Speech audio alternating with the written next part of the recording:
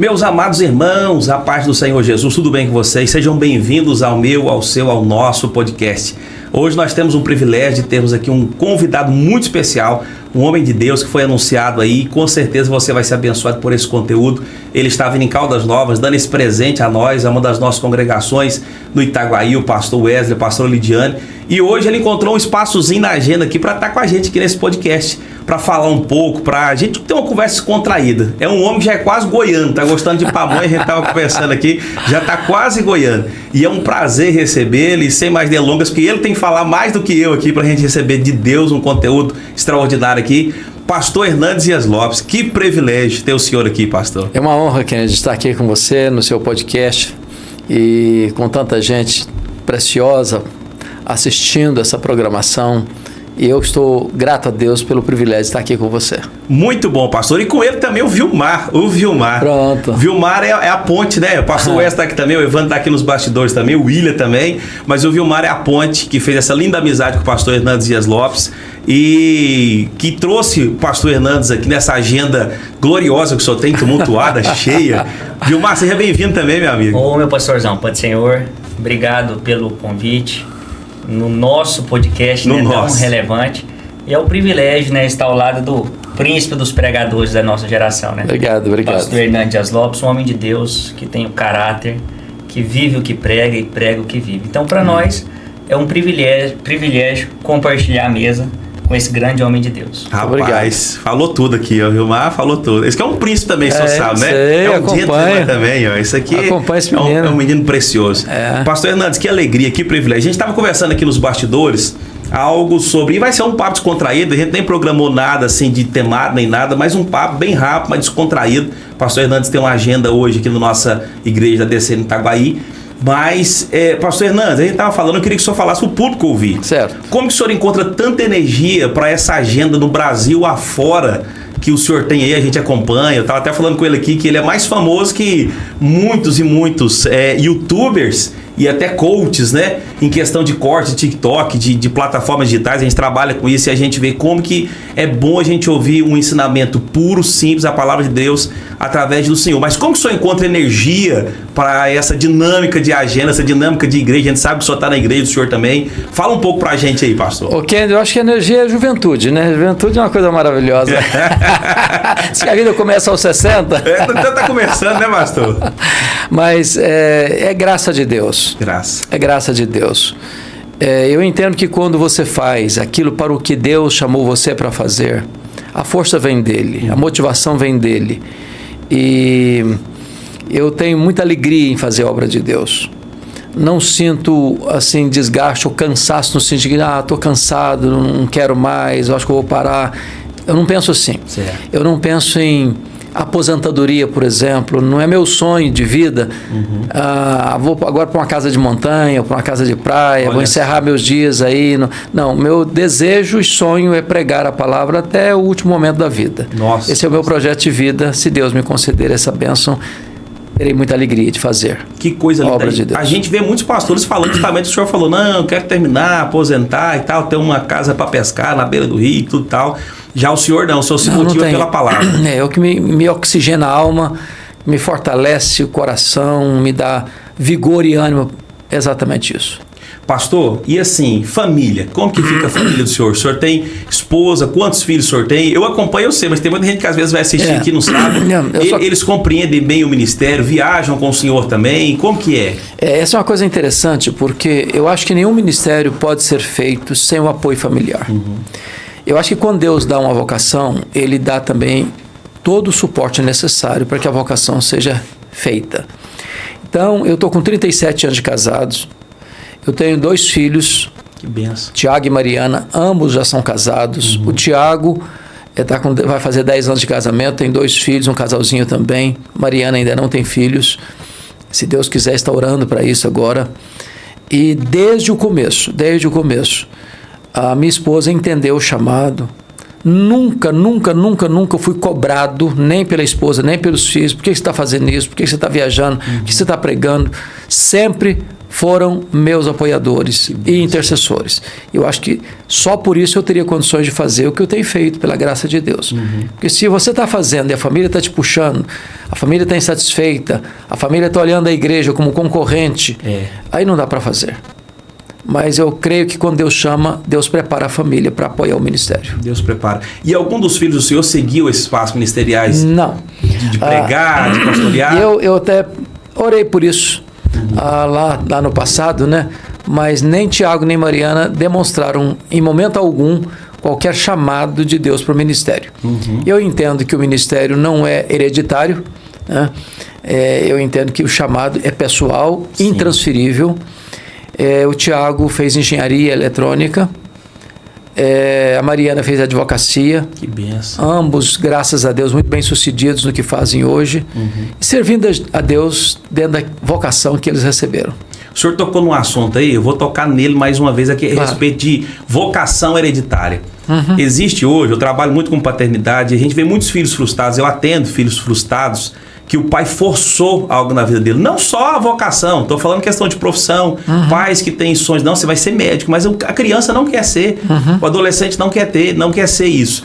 Então assim, pastor, que conselho que você daria para um pai? Falando um pouco, porque ele está nichando um pouco aqui, porque eu amo falar sobre paternidade. Eu não tive uma referência paterna boa e tento sempre meus 2 filhos. Mas qual conselho você daria para um pai hoje a respeito de ouvir mais o filho, de prestar mais atenção? A gente sabe de um ativismo religioso que cobra muito da gente, né? Cobra muito da gente. Qual conselho que você daria para um pai? John Mackay, no livro dele, O Sentido da Vida, John Mackay foi presidente do Princeton, nos Estados Unidos, e ele escreveu um livro, O Sentido da Vida. E num capítulo desse livro ele trata de vocação. E ele diz que a distribuição das vocações é mais importante do que a distribuição das riquezas. Você tem muita gente hoje que é vocacionada e não teve oportunidade de se preparar para fazer aquilo para o que foram vocacionadas. Você tem um universo imenso de gente trabalhando em áreas para as quais nunca foram vocacionados. Certo. Vão ser profissionais frustrados e outros que têm o potencial vocacional não tiveram a condição de preparar-se. Então, o meu conselho para um pai é o seguinte: escute seus filhos. Não force, não empurre goela abaixo uma profissão. Inclusive no ministério. Eu conheço vários casos de pastores que acharam que o filho tinha que ser o seu sucessor. Se o filho tem vocação, glória a Deus por isso. E se não tem? E se não tem? Verdade. Porque eu entendo que a vocação é como a algema invisível. É aquilo que Paulo disse: eu não fui desobediente à visão celestial.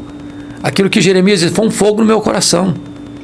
Então, se tem o chamado, louvado seja Deus. Se não tem, um dos resgates da reforma protestante do século XVI é que não existe o sagrado e o profano na vida do cristão. Lutero dizia que você trafega do campo ao púlpito com a mesma devoção. Um lavrador não é menos espiritual do que pastor. Um comerciante não é menos espiritual do que o missionário. Todos nós estamos envolvidos na mesma obra, somos sacerdócio real.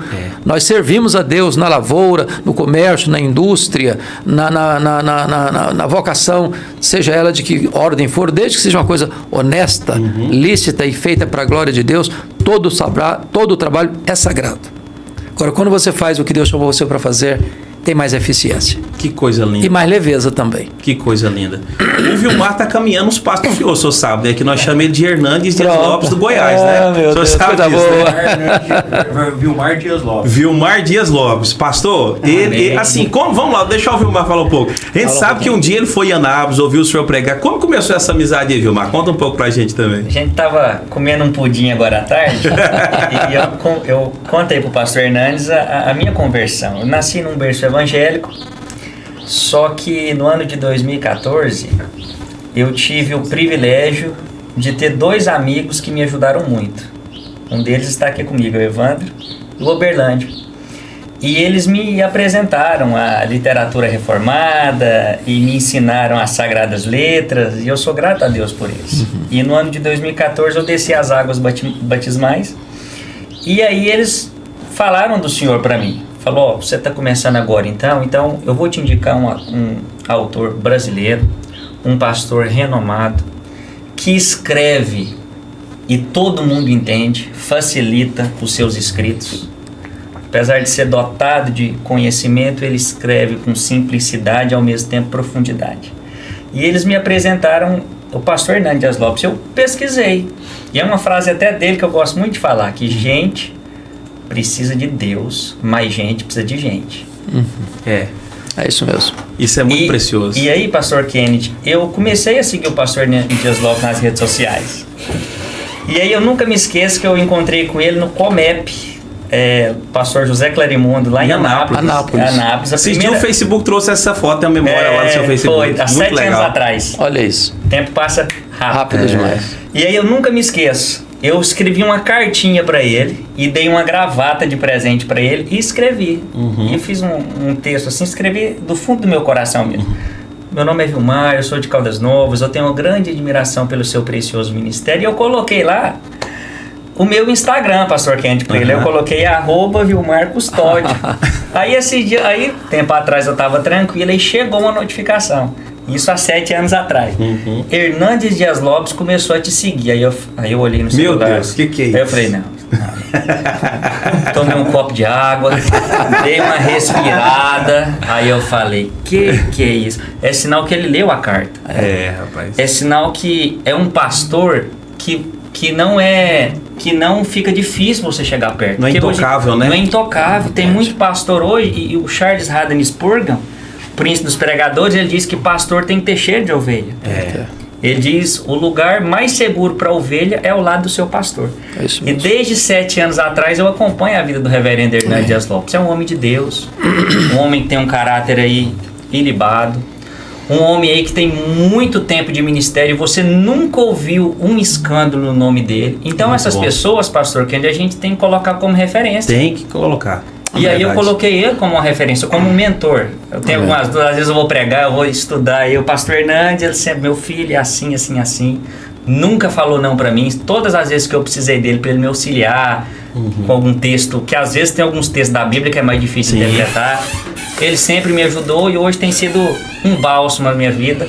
Um grande amigo que Deus me presenteou. Então, pra mim, é um privilégio estar do seu lado. Uma honra. Privilégio mesmo. Uma honra pra mim. Você tá igual eu aqui recebendo na minha casa, aqui no meu estudo, tremendo aqui até agora. Aqui, Jesus. ó. Pastor, porque assim, a gente tem um referencial, é muito bom. Eu tenho a Bíblia do senhor aqui. Tá aqui em algum lugar aqui, ó. Bíblia Pregação Expositiva. Tá aqui. A terceira, de baixo pra O cima. senhor vai até depois dar um autógrafo pra mim, se eu puder. Claro. Que Bíblia, que coisa extraordinária. Obrigado. Por mais que a gente vê hoje o Vilmar tocou num assunto aqui sobre pastores intocáveis. Isso é muito ruim, ver essa idolatria. O senhor fala muito bem, aquela mensagem que o senhor prega numa festividade, que tem bastante gente da Universal até mesmo lá, e o senhor fala sobre o que está acontecendo com a igreja brasileira, né? E a gente vê essa idolatria gospel, eu fico triste com isso. É muito triste. É lamentável, né? Lamentável. A gente organiza um congresso aqui, junto com o pastor André Macalão, que é o Madego Sul e Sudeste. E a gente fez uma pesquisa agora, né? Vamos fazer aqui um story e tal, quem que vocês querem que traga? O nome do senhor foi o mais comentado. Amém. Foi o mais comentado. Você imagina assim, o senhor com 60 e alguns anos, mas uma turma jovem quer ouvir o senhor, eles não querem ouvir uma galerinha que chegou ontem, que chegou agora, uns youtubers, por mais que hoje essa variável está muito grande. Mas o senhor é um referencial pra gente. Obrigado. O senhor é um referencial, Obrigado. o Vilmar falou que sem demagogia, sem nada. Mas pastor, o que pode mudar na igreja evangélica a respeito dessa idolatria gospel? Qual conselho o senhor daria? Eu acho que nós podemos resolver isso na medida em que nós crescemos no conhecimento de Deus. Porque não dá para você conhecer a Deus e, ao mesmo tempo, colocar homens no pedestal. Não dá para você conhecer a Deus e ficar de nariz empinado. Então, o conhecimento de Deus nos leva a colocar as coisas no seu devido lugar. Uma coisa é você honrar uma pessoa. Outra coisa é você bajular, Certo. incensar, é colocar no pedestal. Quando um pregador ou um cantor aceita isso ou busca isso, ele perdeu o foco. e perdeu o foco daquilo que é essencial, que é conhecer a Deus. Deus não divide a glória dele com ninguém. Então eu penso que na medida em que você cresce na sua relação do conhecimento de Deus, as outras coisas vão ficando claras. Sem isso, as coisas ficam confusas. Então, essa tietagem evangélica é um pecado. É um pecado. É um pecado.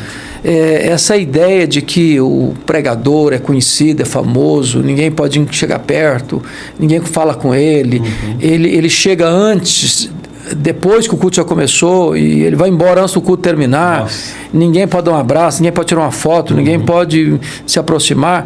Isso distorce por completo o que é a verdadeira essência do cristianismo, que é puro, que é simples. Eu acho que o Vomar colocou, o pastor tem que ter cheiro de ovelha, uma criança tem prazer de pular no colo dele, ele tem que abraçar a senhorinha de 100 anos com a mesma doçura que abraça uma pessoa jovem, elegante. Então, volta a essa simplicidade. Volta a essa simplicidade. Porque no reino de Deus a pirâmide está invertida. Quer dizer, quanto mais alta a posição, mais servo vai ser. Mais servo. Então, se não entender isso, não entendeu a essência do Evangelho. Muito bom, pastor. E vamos falar um pouco sobre a internet? Vamos embora. Também está atualizado, mas hoje a tendência de muitos é deixar de ir na igreja para ouvir pregadores que surgiram ontem, né? Pregadores, sejam coaches, a gente está até vendo aí, essa semana teve uma polêmica muito grande de coaches batizando as pessoas em eventos, né? Assim, estão distorcendo a Bíblia. Pastor, o que um pastor deve fazer? Eu sinceramente, eu não tenho essa resposta, não. Eu acho que o senhor vai ter. Eu já pensei, já repensei, já conversei com os amigos. Como que a gente vai vacinar as ovelhas a respeito desse excesso de tantas pessoas falando na nossa cabeça hoje? O relativismo, o senhor fala muito. Tem um livro que o senhor escreveu com o reverendo Ariovaldo, né? Que o senhor fala sobre a revitalização da igreja. Arival. Fala a respeito disso, eu li, para mim, um dos livros muito bons que eu li já. Como que a gente pode combater isso, pastor, no meio da igreja? Bom, primeiramente, vamos pensar um pouquinho nas mídias sociais, como você colocou, na internet. Tem muita gente hoje que demoniza as mídias sociais como se elas fossem um mal em si mesmo. E nós estamos aqui usando mídia social. Então, a mídia social, para mim, é uma das maiores dádivas de Deus para a nossa geração. Sim. Ela vai ser ruim ou vai ser boa, dependendo daquilo que vai ser feito ali, o conteúdo que vai transmitir ali. Então, nós temos uma ferramenta poderosíssima nas mãos, que precisa ser usada com inteligência, com racionalidade, com graça de Deus, para alcançar mais e mais e mais pessoas, sem fronteiras. Sem fronteiras. Segundo, quando você faz uma transmissão de culto, você não está pensando na sua congregação. Sim. Se eu estou pensando apenas domesticamente na minha oração, porque eu já escutei pastores dizendo assim, não, eu não transmito o culto ao vivo, não, porque senão os membros da igreja não vão vir para a igreja. Ora. Se eu estou pensando na minha membresia, não faz sentido. Não faz sentido. Eu estou tendo janelas abertas para o mundo. Agora, se um ou outro, por imaturidade espiritual, está substituindo o culto presencial na sua comunidade, na sua igreja, acomodando-se em ficar em casa, no sofá, comendo pipoca e tomando guaraná na hora do culto, esse irmão precisa crescer espiritualmente. Sim. Porque o reunir-se como comunidade, como igreja, como rebanho de Cristo, é uma ordenança de Deus. Agora, é óbvio que eu não vou recuar na transmissão, porque 1, 2, 3, 4, 5, 6 não estão vindo ao culto e preferem ficar em casa, escutando A, B, C ou D. Né? Então, eu não posso jogar a criança fora com a água da bacia. Né? Então, esse é outro ponto. O terceiro aspecto, me permita uma ilustração para explicar. Sim. Certa feita aconteceu numa cidade um derrame de notas falsas. Derrame de notas falsas. E muitos bancos tiveram muitos problemas com aquelas notas falsas. Um gerente, entretanto, não teve nenhum prejuízo. Não teve prejuízo. E alguém foi lá e falou, mas qual foi o seu segredo? Como é que você, com tanta rapidez, aprendeu a identificar as notas falsas? Disse, não, eu não estudei as notas falsas. Eu estudei com profundidade a nota verdadeira. Olha só. Porque se eu conhecer com profundidade a verdadeira, é fácil de identificar a falsa. Então, cabe-nos ensinar a nota verdadeira. Cabe-nos ensinar o Evangelho.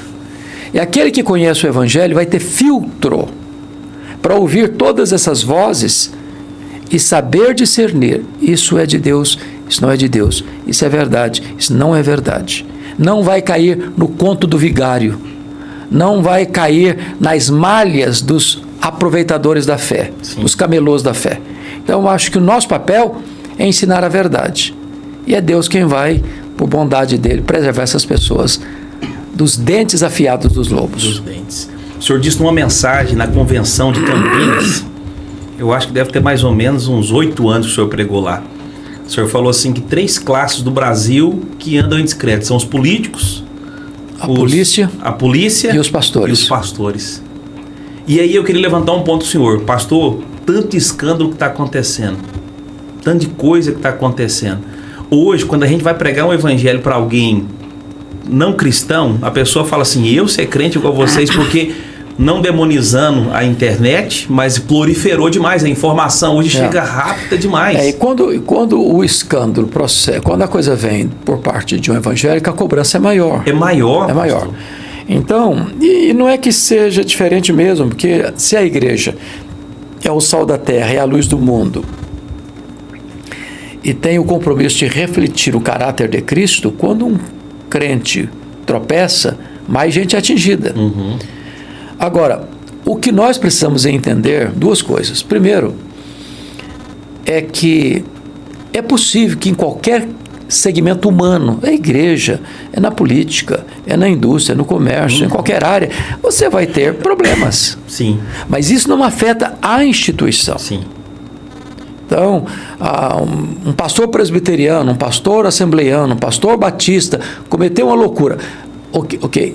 Isso não é a igreja. A denominação assembleiana, batista, presbiteriana e as demais cristãs, evangélicas, elas têm um ensino, combatem essas práticas. Sim. Então, isso é uma voz que destoou. Isolada, né? É isolada. E essa pessoa vai ser tratada, vai ser disciplinada, vai ser corrigida, para ser restaurada e resgatada. Então, a instituição não perde a sua credibilidade, porque aqui, ali ou acolá, um dos seus membros resvalou os pés. Né? Resvalou os pés. E você percebe, isso não é novo. Você pega, por exemplo, as cartas de Paulo.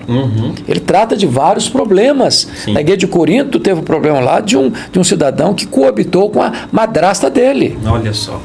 Então, o problema é o seguinte, surgiu o problema, corrige o problema, disciplina o problema.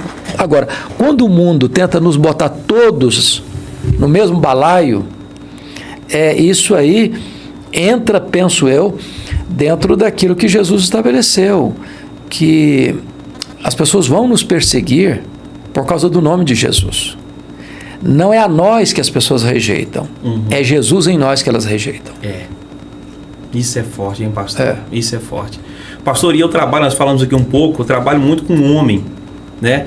Eu trabalhei muito tempo com jovem e eu vi que, assim, a gente tentava fazer alguma coisa com o jovem na igreja, mas quando chegava em casa, o pai e a mãe desfaziam tudo que a gente tentava fazer na igreja. Porque a cultura familiar, ela pesa mais. Hoje a instituição escola fala mais, porque os filhos convivem mais com professores do que com os pais. E a igreja, na verdade, eu falo muito isso quando eu vou dar mentoria e treinamento para homens, sobre a questão da terceirização. O homem hoje, ele terceiriza espiritualidade para a igreja, educação para a escola, ele terceiriza emoção para a mãe e o pai. A maioria dos homens que eu faço pesquisa com eles entendem o quê? Não, eu levando o pão para dentro de casa. É o provedor, só o provedor. E a gente vai tentando mudar essa cultura. E a maioria dos que passaram 40 anos para cima, não precisa aprender não, já sei. Eu queria que o senhor me desse uma dica agora que vai valer ouro aqui agora. A gente fala muito, todo podcast que eu venho cá eu faço uma pergunta. Gente, como que a gente pode mudar a nossa cultura? Como que a gente pode influenciar? Mudar não, acho que mudar é muito pesado. Mas influenciar, o senhor já está influenciando demais, e muito mesmo. Mas como que a igreja pode influenciar mais a cultura? Eu acho que voltando ao beabá, às vezes aquilo que se ensina numa classe de pós-doutorado é o mesmo que você ensina numa classe de crianças. Certo. São as mesmas verdades, em níveis diferentes, mas são as mesmas verdades.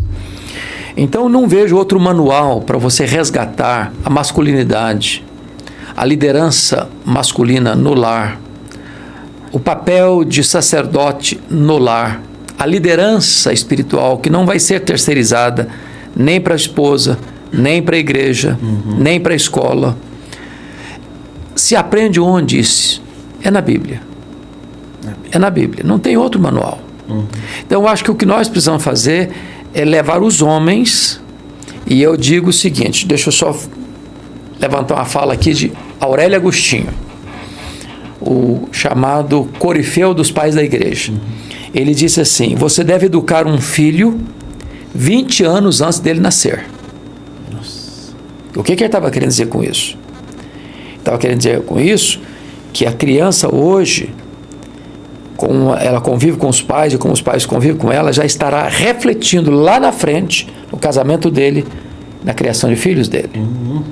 Então, nós temos que começar a ensinar esses preceitos, não é na véspera do casamento, curso de noivo, Sim. É lá na infância. É lá na infância. É pegar o menino, ensinar ele a ser cavalheiro, ensinar ele a ser responsável, ensinar ele a tratar as meninas com respeito. Sim. Aqui lá embaixo. Aí vai virar um adolescente respeitador. Ele vai virar um jovem respeitador. Ele vai virar um namorado, um noivo, um marido com nova visão. Então, nós diríamos educação. E essa educação com adjetivo. Educação bíblica. Porque o manual da sociedade aí está pelas avessas. O manual da sociedade está atacando de forma frontal a instituição família, Sim. a instituição casamento, está querendo se solapar as bases, desconstruir tudo, criando uma caotização da sociedade, uma confusão da família, porque se interessa ao sistema. E o contraponto e a sociedade alternativa, a contracultura é o Evangelho. O Evangelho. Não há esperança para a sociedade a não ser o Evangelho. E nós precisamos ensinar essas verdades lá no hall de berços, lá na classe das crianças, dos adolescentes, Sim. dos jovens casais, terceira idade, porque os avós possam também ser parceiros a ensinar aos seus netos essas mesmas verdades. Essa cultura, então, de amor, de afetuosidade dentro do lar, ela contribui demais, né, pastor? Absolutamente. O abraço, o carinho, o senhor falou no começo, o diálogo, porque hoje, assim, a gente vê, Caldas Novas mesmo vive a gente está num período de temporada, julho é o mês de temporada, e muitas pessoas encantam com o quê? Com aquele capitalismo de ter que trabalhar para ter, trabalhar para ter, e eu atendo muitos homens que deixam esse déficit aí de atenção para os filhos em nome de dar presentes, né? Em nome de dar presentes. E os filhos precisam mais de presença do que de presentes. Mais de presença, é verdade. É. Pastor, eu quero presentear o senhor. Eita, rapaz. Um livro aqui. Pronto. O senhor falando em manual aqui, deixa eu fazer o meu aqui, né? Pronto. Presentear o senhor com o Manual do Homem Bíblico, que é um livro que eu escrevi, é uma mentoria que eu faço para homens, né? Espero Muito que obrigado. o senhor, quando tiver um tempo desses aeroportos da vida, aí dê uma lida e contribua, fala pro Vilmar lá, fala porque ele melhorar isso aqui, faz isso aqui, me ajuda, pra pastor. você, hein? O tempo Pastor, desse aí também é top. me adota também. Eis-me aqui. Me adota Eis-me ajudando aqui, aí. Kenneth. Obrigado pela presença do senhor. Pastor, gente, a gente vai encerrar, porque o pastor tem uma agenda hoje à noite, e é muito bom ter o senhor aqui. Muito obrigado. Obrigado, Vilmar, obrigado, pastor Wesley, obrigado, Evandro, por ter aceitado o convite de estar com a gente aqui. Hoje à noite tenho certeza que vai ser um tempo precioso ali, né? O pastor André vai estar com a gente também lá, o nosso pastor. E eu queria que o senhor deixasse um conselho à nossa geração. Pastor, o que tem de homens que casam e falam assim: pastor, que não tem medo de ter filho, tô com medo do futuro. A gente sabe que um dos grandes maus do século hoje é a ansiedade. Pastor, o que a gente fala para esse povo que está ansioso demais, com medo de amanhã, com medo de casar, com medo de ter filho, com medo da vida do amanhã? Bom, primeiramente, você precisa confiar e descansar na providência de Deus. Quando Arão e Joquebede tiveram Moisés, era um tempo de opressão, onde as crianças nasciam sentenciadas à morte. E por que tiveram um filho? Porque entendiam que Deus é o Deus da providência. O Deus que cuidou de nós até hoje, vai cuidar da nossa geração daqui para frente. Ele é Deus de geração em geração, de eternidade em eternidade. Então, qualquer sentimento de medo, de recuo, de jogar a toalha e desistir, é incredulidade, é falta de confiança no cuidado de Deus. Quando você lê na Bíblia, você vai encontrar isso tanto com Jacó, quanto com José, os filhos que Deus me deu. Filhos são presentes de Deus, são herança de Deus. Então, um pai e uma mãe nunca deveriam ter medo de ter filhos, porque são dádivas de Deus. Segundo, é a ideia de que eu não vou, ao ter filhos, terceirizar. Cabe ao pai, cabe à mãe, diz a Bíblia, inculcar nos filhos. Inculcar é botar na cuca. Isso é trabalho de repetição, repetição, repetição e exemplo. Porque primeiro está no seu coração, depois você ensina. Não é ensinar o caminho que a criança quer andar. Porque hoje as crianças estão mandando nos pais. Sim. Alguém brincando diz que a loucura é hereditária. Ela passa dos filhos para os pais. Olha só. Meu Deus do céu. A Bíblia diz que os pais ensinam a criança não o caminho que ela quer andar, mas ensinar no caminho. No caminho. Andando junto, sendo exemplo. Nossa, pastor. A Bíblia diz que os pais precisam criar os filhos na disciplina e na admoestação do Senhor. Disciplina implica em limites. A admoestação implica em confronto verbal. Uau. Então, dá trabalho, dá trabalho. Quem não quiser trabalho, lugar que não tem trabalho, também não tem tristeza, também não tem alegria, também não tem guerra no cemitério. Mas ninguém briga com ninguém. É forte. Isso aí. Ninguém briga com ninguém lá. A vida é uma luta. Constante. Constante. Mas o que é maravilhoso é que nós já temos o final da história contado. A vitória de Cristo e da sua igreja. Então não há derrota na frente de um cristão. Há triunfo. Há triunfo. Minha palavra para a nossa geração, eu vou resumir na seguinte frase: busque as primeiras coisas primeiro. Deus em primeiro lugar. Depois vem seu cônjuge. Depois vem seus filhos. Depois vem seus amigos. Deus, pessoas e coisas. Adore a Deus, ame as pessoas e use as coisas.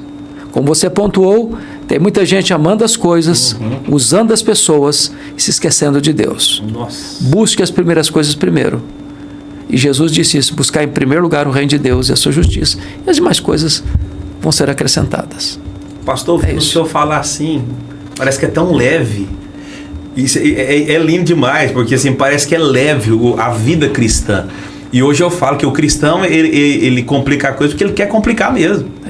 O ensino de Jesus é maravilhoso. Jesus disse isso: o meu fardo é leve. É leve. Porque ele já carregou o peso por nós. O peso ele carregou. Nossa, Deus. Então, ser cristão é a melhor coisa do mundo. Ser cristão não é ter um grande não na testa, não é viver carrancudo, que já chupando limão o dia inteiro. Ser cristão é experimentar uma alegria indizível e cheia de glória. A paz que excede todo entendimento. A suprema grandeza do poder de Deus. É viver não na nossa força, mas na força do Onipotente. Então, é glorioso isso. Muito bom. Pastor Hernandes, obrigado. Privilégio. Obrigado pelo tempo precioso do senhor. Obrigado por aceitar o convite desse príncipe aqui, o nosso Hernandes do Goiás. Pastor Wesley, Evandro, Deus abençoe. Deus abençoe meu amigo William, que está com a gente. A luz só que apagou aqui, William. Só a luz que apagou. no limiar de apagar as luzes aqui, aconteceu isso. Mas obrigado, pastor. Obrigado de coração. É um privilégio. Deus abençoe. Bom descanso para o senhor. Obrigado a todos. Que Deus abençoe você no nosso podcast aí. Tenho certeza que essa palavra abençoa a sua vida. Compartilhe essa palavra, curta essa mensagem aqui, espalhe essa mensagem. Com certeza você será abençoado. Que Deus te abençoe em Cristo Jesus. Amém. Amém. Amém.